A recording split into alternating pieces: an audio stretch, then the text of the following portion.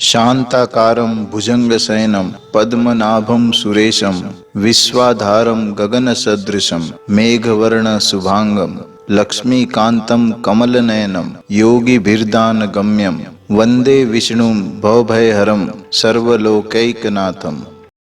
कृपया सब्सक्राइब कीजिए हमारे चैनल को तथा यह घंटी पर क्लिक अवश्य करें नया ज्ञानवर्धक वीडियो सर्वप्रथम देखने के लिए।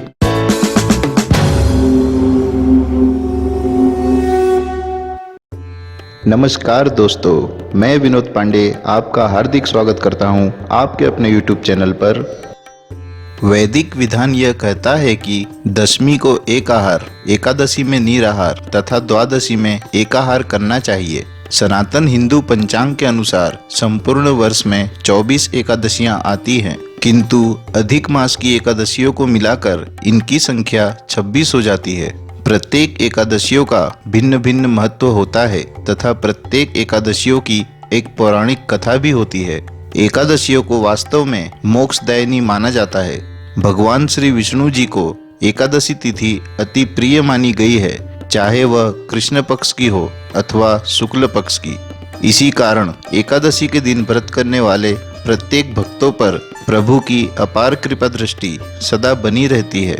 अतः प्रत्येक एकादशियों पर हिंदू धर्म में आस्था रखने वाले भगवान श्री विष्णु जी की पूजा करते हैं तथा व्रत रखते हैं, साथ ही रात्रि जागरण भी करते हैं। किंतु इन प्रत्येक एकादशियों में से एक ऐसी एकादशी भी है जिस दिन स्वयं एकादशी माता जी का जन्म हुआ था, जिन्होंने मुरासुर नामक दैत्य का वध कर भगवान विष्णु जी की रक्षा की थी। अतः इसी एकादशी के दिन ही स्वयं भगवान विष्णु जी ने माता एकादशी को आशीर्वाद के रूप में एकादशी तिथि के दिन को पूजा का एक महान व्रत बताया था। अतः मार्गशीर्ष मास के कृष्ण पक्ष की एकादशी तिथि उत्पन्ना एकादशी कहलाती है। प्रत्येक एकादशी का महत्व पुराणों में प्राप्त होता है तथा उनका फल एक समान एवं अति उत्तम होता है।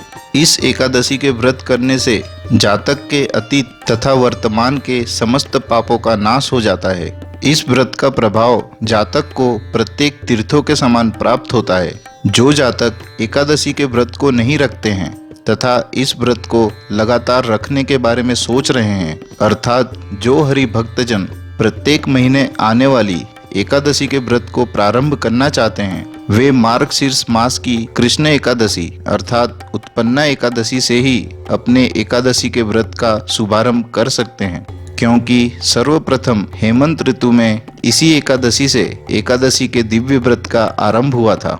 व्यतिपात योग, संक्रांति तथा चंद्र एवं सूर्य ग्रहण में दान देने से एवं कुरुक्षेत्र में स्नान करने से जो पुण्य प्राप्त होता है, उसी के समान पुण्य इस एकादशी का व्रत करने से जातक को प्राप्त हो जाता है। इस व्रत के प्रभाव से मनुष्य को मोक्ष की प्राप्ति होती है। इस एकादशी में मुख्य रूप से भगवान श्री विष्णु तथा माता एकादशी की पूजा अर्चना की जाती है। उत्पन्ना एकादशी व्रत का पारण।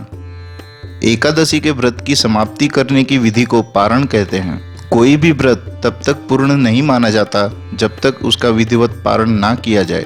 एकादशी व्रत के अगले दिन सूर्योदय के पश्चात पारण किया जाता है। ध्यान रहे, एकादशी व्रत का पारण द्वादशी तिथि समाप्त होने से पूर्व करना अति आवश्यक है। यदि द्वादशी तिथि सूर्योदय से पूर्व समाप्त हो रही हो तो एकादशी व्रत का पारण सूर्योदय के पश्चात ही करना चाहिए। द्वादशी तिथि के भीतर पारण ना करना पाप करने के समान माना गया है। एकादशी व्रत का पारण हरिवासर के दौरान भी नहीं करना चाहिए। व्रत तोड़ने के लिए सबसे उपयुक्त समय प्रातः काल का होता है। व्रत करने वाले श्रद्धालुओं को मध्याह्न के दौरान व्रत तोड़ने से बचना चाहिए। जो भक्तगण व्रत कर रहे हैं, उन्हें व्रत समाप्त करने से पूर्व हरिवासर समाप्त होने की प्रतीक्षा करनी चाहिए। हरिवासर द्वादशी तिथि की पहली 1/4 अवधि होती है। यदि जातक कुछ कारणों से प्रातःकाल पारण करने में सक्षम नहीं है तो उसे मध्याह्न के पश्चात पारण करना चाहिए। इस वर्ष 2018 में मार्गशीर्ष मास के कृष्ण पक्ष की एकादशी तिथि 2 दिसंबर रविवार के दोपहर 2 बजे से प्रारंभ होकर 3 दिसंबर सोमवार के दोपहर 12:59 तक व्याप्त रहेगी। अतः इस वर्ष 2018 में उत्पन्ना एकादशी का व्रत 3 दिसंबर सोमवार के दिन किया जाएगा। इस वर्ष उत्पन्ना एकादशी का व्रत का पारण अर्थात व्रत तोड़ने का शुभ समय 4 दिसंबर मंगलवार के दिन प्रातः 7:05 से 9:02 तक का रहेगा। दोस्तों, हमारा आपसे निवेदन है कि यह जानकारी आप व्हाट्सएप या फेसबुक जैसे सोशल मीडिया के माध्यम से अधिक शेयर करें तथा हमारे चैनल को सब्सक्राइब करके हमारा मनोबल बढ़ाएं। वीडियो देखने के लिए धन्यवाद। आशा करता हूँ हमारे द्वारा दी गई जानकारी आपको अच्छी लगी होगी। यदि आपका कोई सुझाव या प्रश्न है तो कमेंट बॉक्स में लिखकर हमें सूचित करें। भगवान आपको सफल बनाए तथा उज्जवल भविष्य प्रदान करे। धन्यवाद।